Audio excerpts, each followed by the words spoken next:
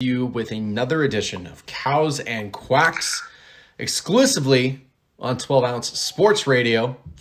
Joined always is my co-host, Mr. Tim Alcorn. Tim, how you doing, brother? Just great. How are you? Just still licking my wounds a little bit. Tough loss. It's a tough loss. Well, it's kind of crazy how life works, man. The last section of the show last week, I said how college football, I love it so much, but it breaks your heart. And that was been the case for us in the last couple weeks. And the sad part about it is our game plan was so good, extremely ready. We just wasn't ready for Caleb Williams to come in.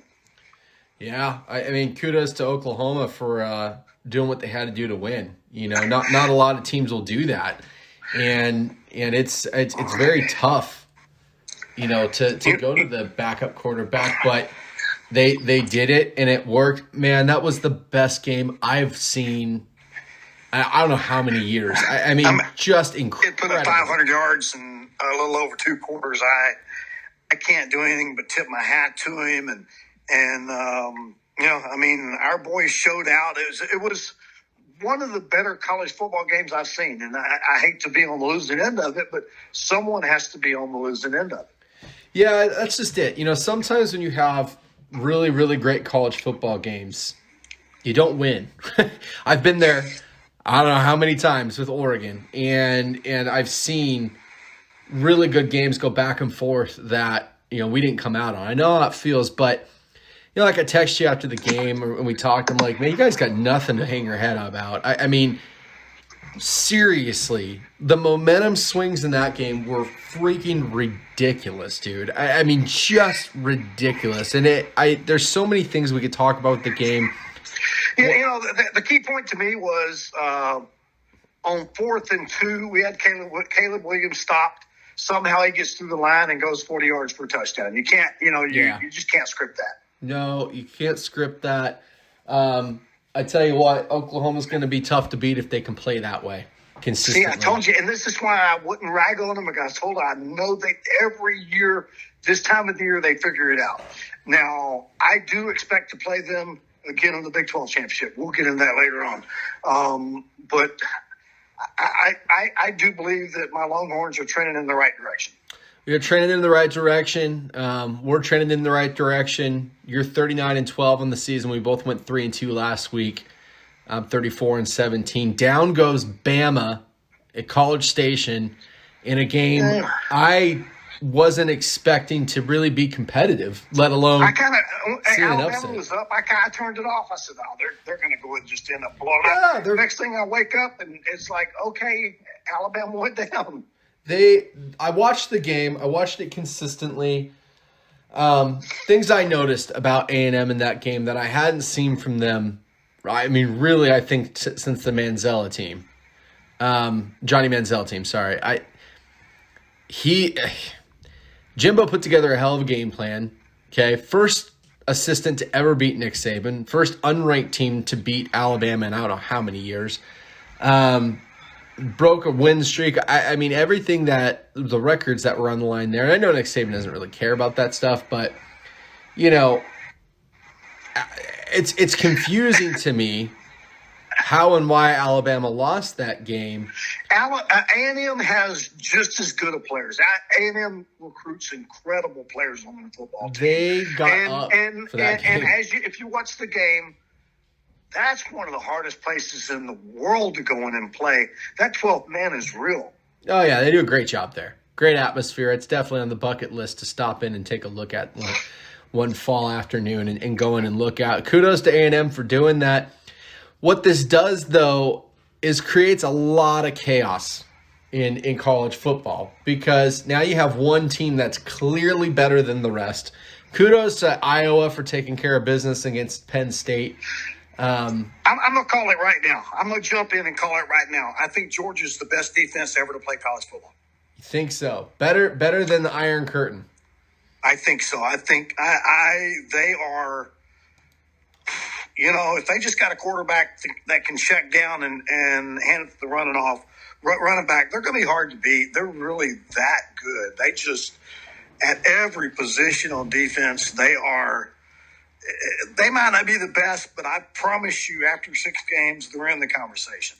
The best team I've seen play defense other than Georgia is Iowa.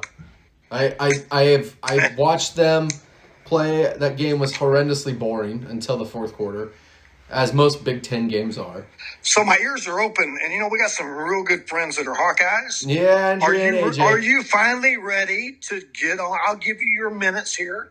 Are you ready to get on the bandwagon? I'm officially on Iowa's bandwagon. You don't just go 6-0, beat the teams you've beaten, and do it without having a team that's complete and ready to play. And as I'm looking at Iowa sitting here at number 2, I'm not, how do I put it? I'm not surprised. I'm not seeing a team beating them. I'm looking at their schedule, and it's very favorable for them. I picked against them when they beat Iowa State. I picked against them when they beat Indiana. I thought they were going to be on upset alerts against Maryland. They beat the living shit out of Maryland. I thought they would lose to Penn State. They beat Penn State. So maybe I should just keep picking against Iowa. That way they stay consistent and keep going. Their game against Whiskey's going to be tough. That's always going to be a tough game. And Nebraska's playing some decent football. They're finally getting competitive. They gave Michigan all they could handle last week. That Iowa defense shuts you down. But Iowa's suffocating.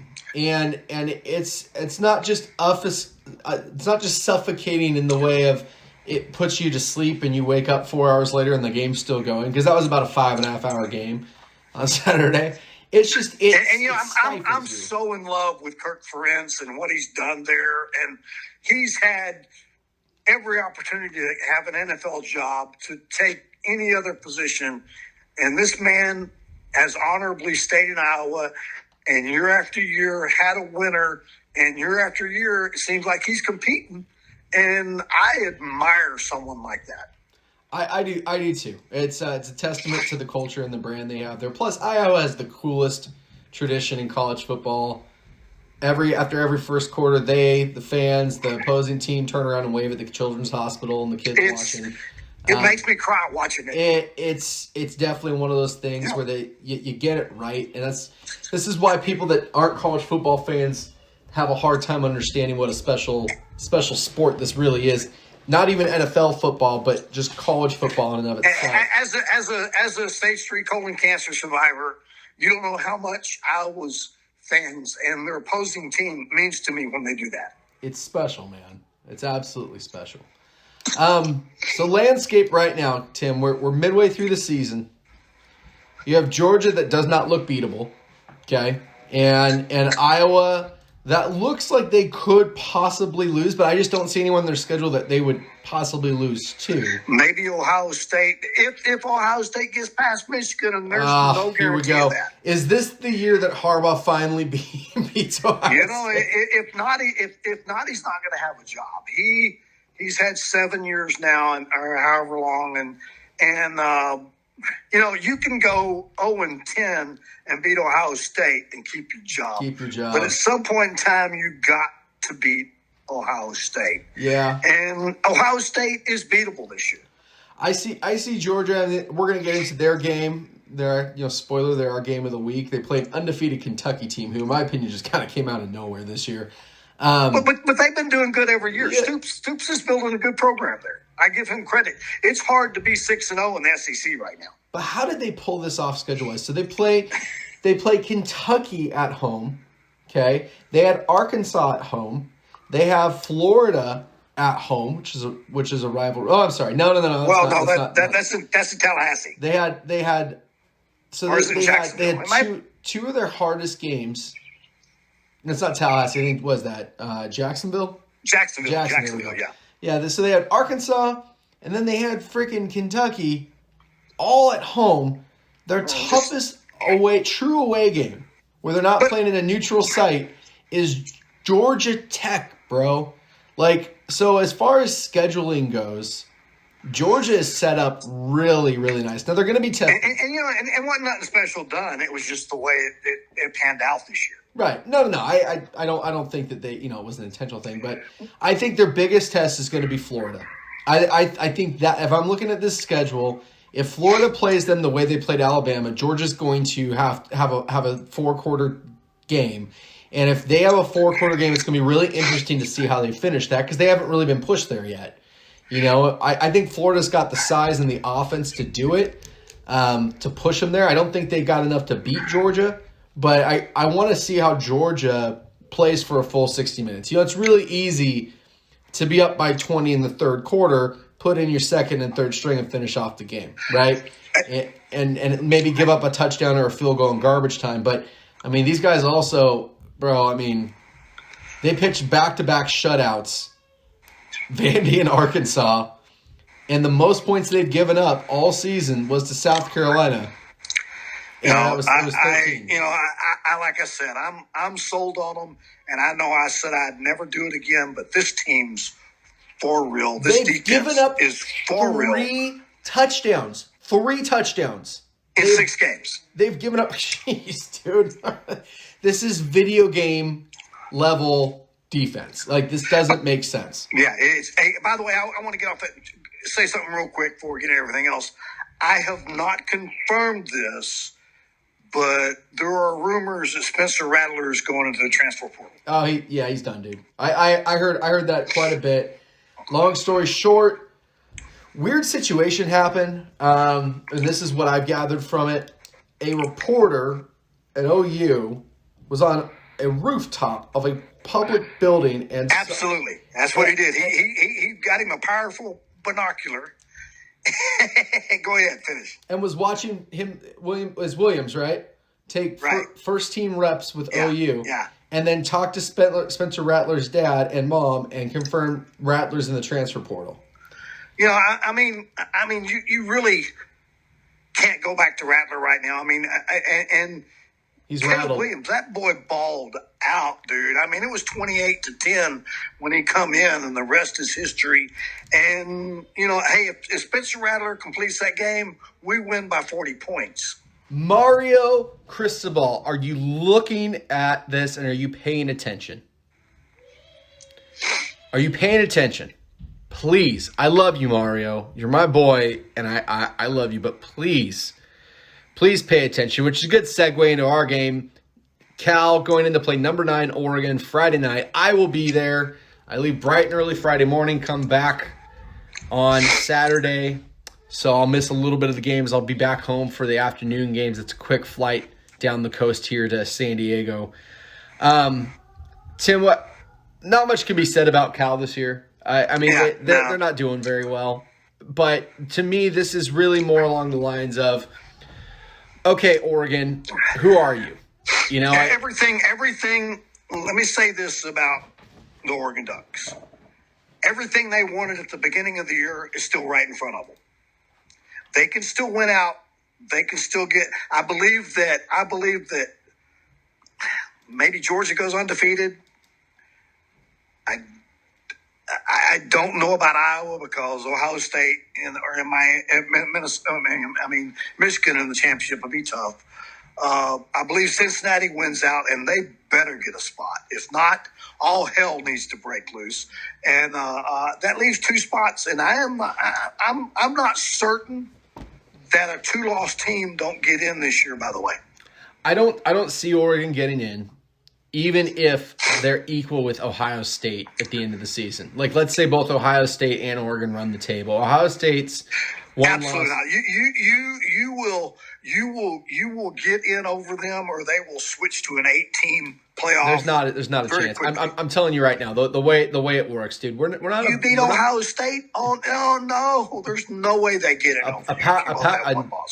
If Oregon is 11-1, well, 12-1 with the championship game, right, in the Pac-12, and they're staring down the barrel, and you're the committee, and you want to see, okay, are we going to put Ohio State in, who ran the table and beat? That's okay, but let me tell you, there's no way if Ohio State beats Iowa, one of them's not getting in. I think the winner of the Big Ten, if both of them get there, and Ohio State's only losses to Oregon, I think the winner of that goes to the playoffs. Absolutely. Right. And then Iowa would be left out. You cannot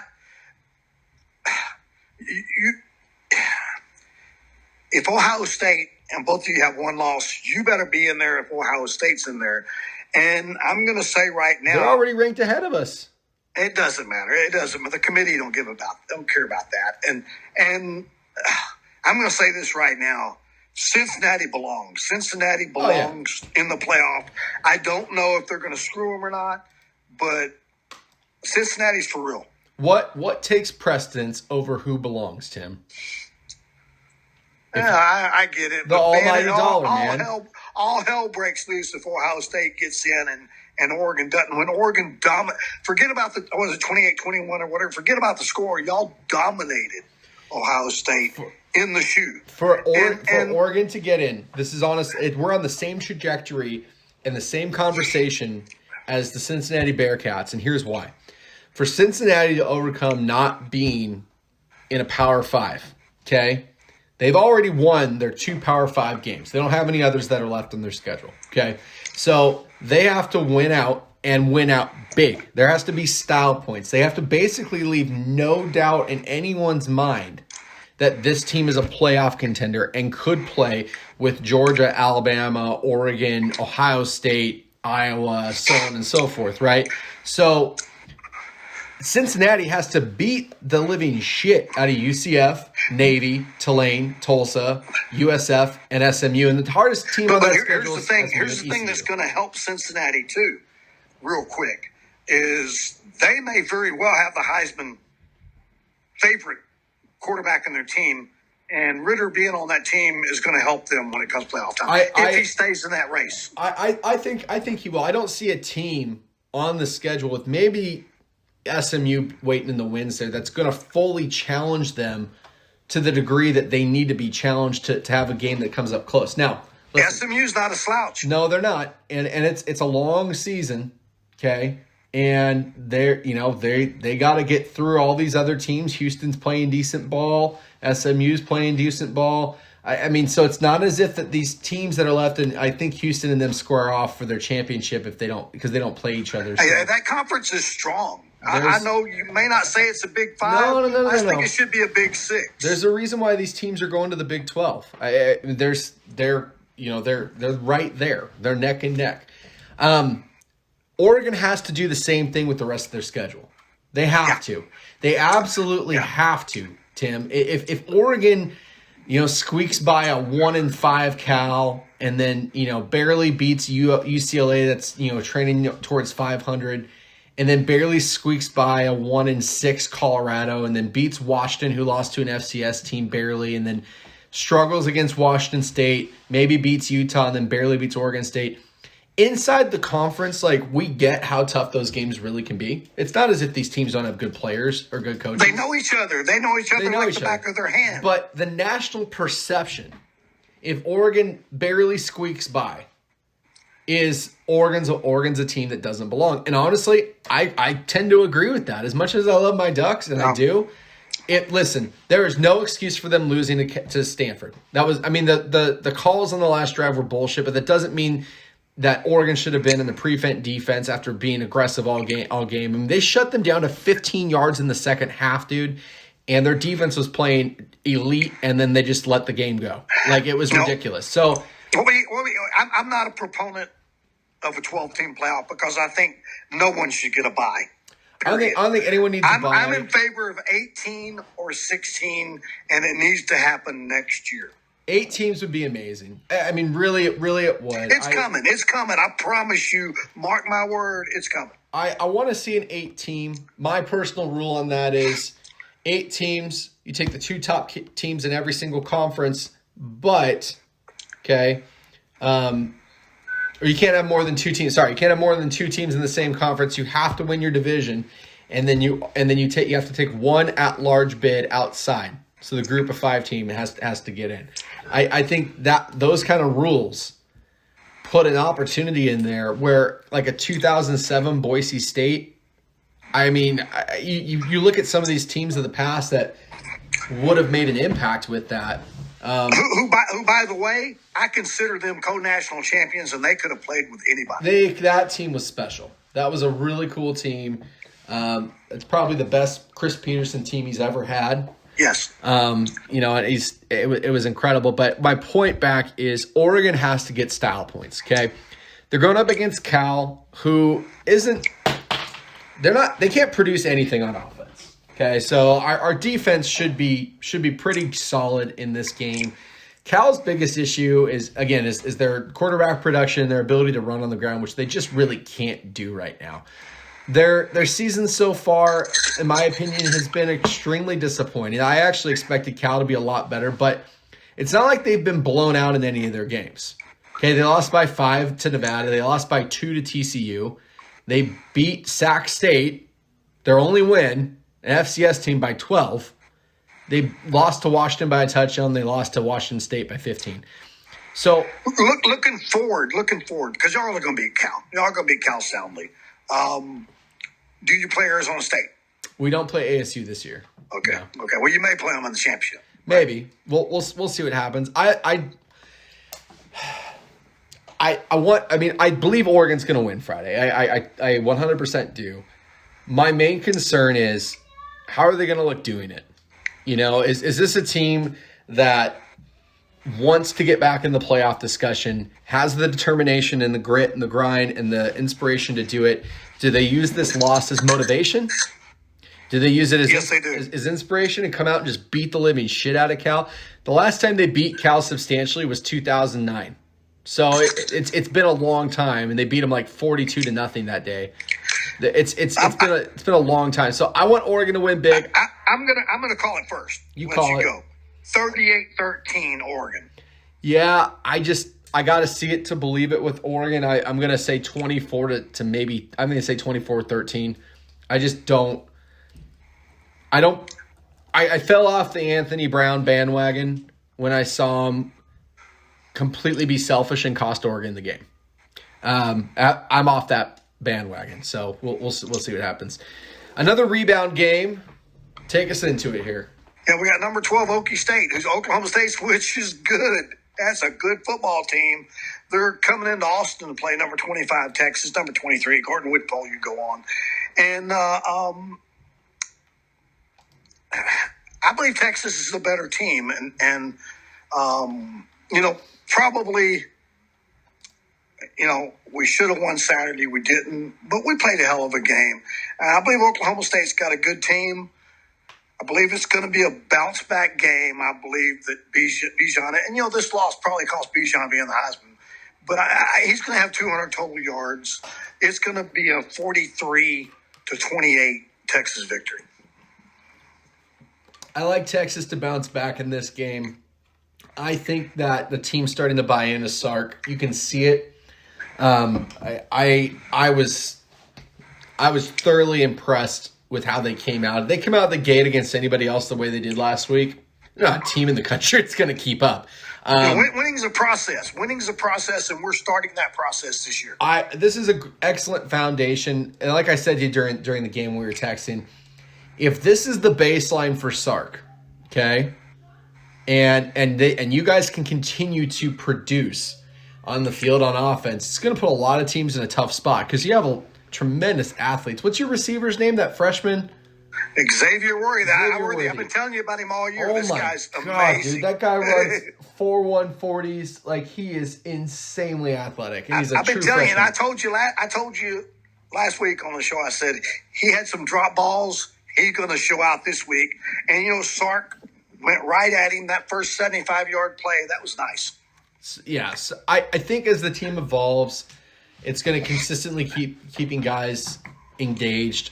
They better get up. Okie State's and we're gonna give us a year to recruit better defensive players. Who, by the way, Overshown is amazing. Yeah, you guys have elements of a Big 12 champion this year. I honestly don't see a team the rest of your schedule if you guys can play at that level. Right, that's the kicker. That should test you the way Oklahoma did. You'll get another shot at Oklahoma, I think. Right. So right. So yeah, I got Texas. So who you got? Bring us in the third one.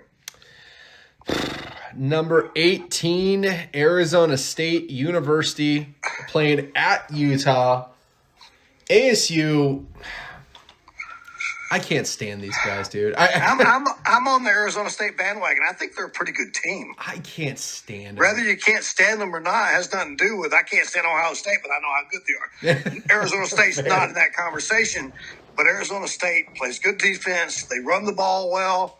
I got Arizona State beating Utah. I got a 24-16 Arizona State victory. I think in order for Arizona State to win this game, they only need to score 30 points. I have them at 33, 34, something in there to about 20. Utah's been weirdly disappointing this year. Although they're 2-0 in the Pac-12 now. I think Arizona State's got the elements. Jaden Daniels is playing great football. And, I'm with you on that one. Bring us into our next one. The next one's a good game. It's BYU number 19. They finally came back down to earth. Going into Baylor, and, Baylor's a good team. They're going to score a lot of points. I got Baylor winning this thing. I got a 41-35 Baylor victory. Jeez, man, we're so in sync. I put this game on the schedule because people have been hearing about BYU all season, but they have not heard about Baylor. Mainly because Baylor's 5-1. Okay, fair enough, right? But this is in Baylor. Their loss to Okie State, to me, was a little bit of a fluke because they've been putting up some crazy numbers all season. Yeah, their offense is incredible, man. I don't think, and I've watched BYU play quite a bit. I don't think BYU has the firepower. I just don't think they have it to keep up with them. They have a good team. I just don't think they have enough to keep up with Baylor for that length of time. So yeah, I'm taking Baylor in this one as well. Keeping it in the Big 12, Texas Christian University playing at Oklahoma. TCU is a weird team, man. I can't figure these guys out. Here's how I see it going down. True freshman quarterback, I believe he's true. Comes in, has an electric game against the Longhorns, comes back from a 28-10 deficit in one of the greatest games I've ever watched. He's going to have a little hangover. Now, I'm not saying that TCU is going to beat them because they're not, but it would not surprise me if Spencer Rattler doesn't finish this game. I have Oklahoma 35-28. Well, I'm not sure Spencer Rattler is going to see the field again. Not suited up with Oklahoma, at least. It would be a great story if he did. Maybe, yeah. He come in as people the Spencer Rattler sweepstakes for number one quarterback taking the NFL. That's gone. You mean he's not winning the Heisman Trophy this year? All right. No, I don't think so. But you never know. He's got 7 games left. It's a fickle game. You know this. He's not winning the Heisman Trophy. Oklahoma is going to win this game. They're going to win this game decisively. I do think, though, there is a little bit of a hangover after an emotional victory like that. I think they're going to come out flat for probably the first 3, minutes or so, and Oklahoma fans, being the pretentious, spoiled brats they are going to be chanting for the third-string quarterback at this point. And but Oklahoma's going to turn it on. They'll turn it up. They'll get their heads out of their ass at some point. I think it'll be competitive for a bit. They will. I mean, TCU is a well-coached team. Yeah, Gary Patterson's no joke. They're going to lean heavy on Zach Evans running the ball. And I'm gonna bring in our game of the week. Please bring us in our game of the week. If in our first show, I would have given you 100 to 1 odds that this would have been the game of the week, you'd have told me I'm crazy. But it is. And hey, I got to give Kentucky their due. They beat Florida. They're 6-0. I believe they're a top 10 team. I don't know if 11's right for them. That being said, man, you got to go between the hedges. It's going to be a rough day for Kentucky. This is a weird game, dude. Listen, Kentucky's that team, in my opinion, if they played in any other conference, they would have a legitimate shot this year to play in the playoffs. Absolutely, I agree. I'm looking at what they've done. Their closest game was South Carolina. but they beat Florida, rivalry game. They beat LSU, rivalry game. Now they go into Georgia. I don't think this is a rivalry, although I could be wrong. Listen, I'm gonna take the lead. Let me give you my score. See how close we are. I got 41-6. Man, you're being kind. You're really being kind. Georgia doesn't have too many more opportunities to really show out until really the Big 12 championship, or excuse me, the SEC championship.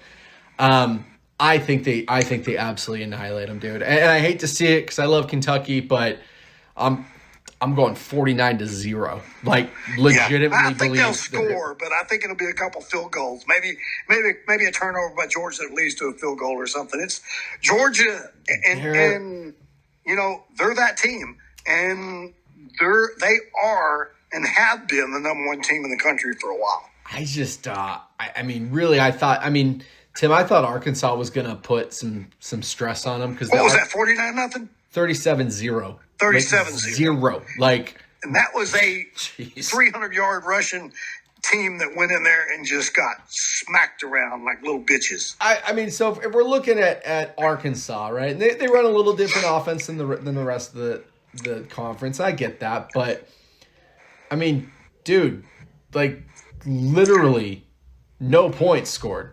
I'm pulling up the box score right now. Let's look at the yardage. They had 2 quarterbacks throw, 8 of 13, 2 of 3. They put up 87 yards passing the entire game. Let's look at just incredible. They only ran for 75 yards the whole game. Dude. The hype is real, folks. The hype is real. This defense is legendary. Like you know, I kind of rolled my eyes when they were like, we don't care if we're playing the Patriots. We're not letting them in the end zone. I'm like, yeah, Patriots would beat you. Patriots would beat this Georgia team, but I guarantee the Patriots would have a difficult time with their defense. This defense for real. This defense is better than Jacksonville Jaguars defense. I'll tell you that right now. Yeah, probably. So, I mean, really, just recapping, they gave up 7 points to UAB randomly. They gave up 7 points, or they gave up 13 points to South Carolina, and they gave up 10 points to Auburn and 3 points to Clemson. That's it. That's all. Is it 23, 30? Yeah. They've given up 33 points this game. I think there will be a game somewhere, because there always is, that they won't be on their A game, but I think their B-plus game is good enough on that game to slaughter. I'm just on the bandwagon. Tim, they've scored 239 points this season. They've given up 33.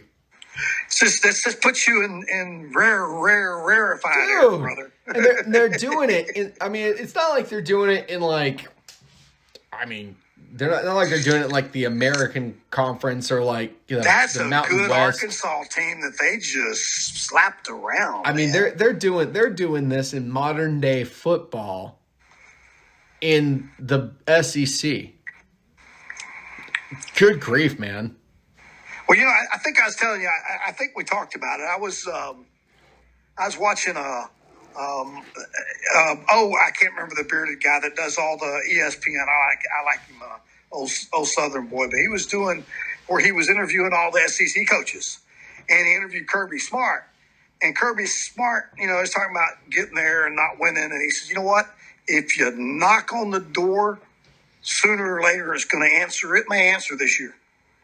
We'll see. I have so quick backstory. I have a personal bet with a friend of mine who's from Georgia. He's a Georgia Bulldog fan through and through. Long time ago when I lived here at the beach when I was young, single, and way better looking, we would have an annual bet. Whoever had a better season, Georgia or Oregon, the loser bought the winner a steak dinner. We're tied. That's a win all the way around. And we let it go. He moved away. I moved away. Now we're both living here in San Diego again, weirdly enough. And we're tied this year. And so I texted him midway through the slobber knocker that was Auburn, and I was like, man, I said they must have heard you. And he's like, I'm coming for that ribeye. So Vaughn's his name. He's a funny guy, but man, he's had some broken hearts. So Georgia's kind of always been our sweetheart outside of our teams on this show when we talk about them. It's hard for me to not feel the burn, but if they're turning the corner and Alabama's starting to slide, whew. Something big happened. Something big happened. The mystique of assistants not being able to beat Saban is over. That's just it, man. That's really, really what it is. What's that phrase? Everyone says it's impossible if someone does it. Yeah. As much as people might roll their eyes and say, "Oh, it's not that big of a deal," no, it's a huge deal. It's a huge deal that actually happened. It was bound to happen, but Nick Saban. But at 24-0, I don't care whether they say so or not. A coach has that in the back of their head when they go in to play Alabama. Like, holy shit, it's no one's at 24-0. I don't have a chance. They might think I'll say that publicly, but they're thinking in the back of their head, man, this is tough. It is tough. So we have an interesting lineup this week. Again, I'm going to be up at Autzen, so it'll be fun to get back up there and get some fall weather, and it's going to be 64 and sunny, and then nice and crisp at night. And I'll be back down here in the nice little bubble of San Diego while you're hanging out there in Florida. But we will be back. You're not going to be drinking at the game, are you? No. We'd never have copious amounts of alcohol to start off a game at Oregon. We'll be back next week, though, bringing in Tim. You guys play down at Baylor. We play up in Los Angeles. I'll be at that game as well. Back-to-back weeks. Kind of fun. SC or UCLA? UCLA. So we're going on in to play the fight. You know what? That's a fun game. That's a fun game. That's going to be going in to play Chip Kelly. That's fantastic. That's going to be a test in and of itself. We will get into that next week. And until then, adios.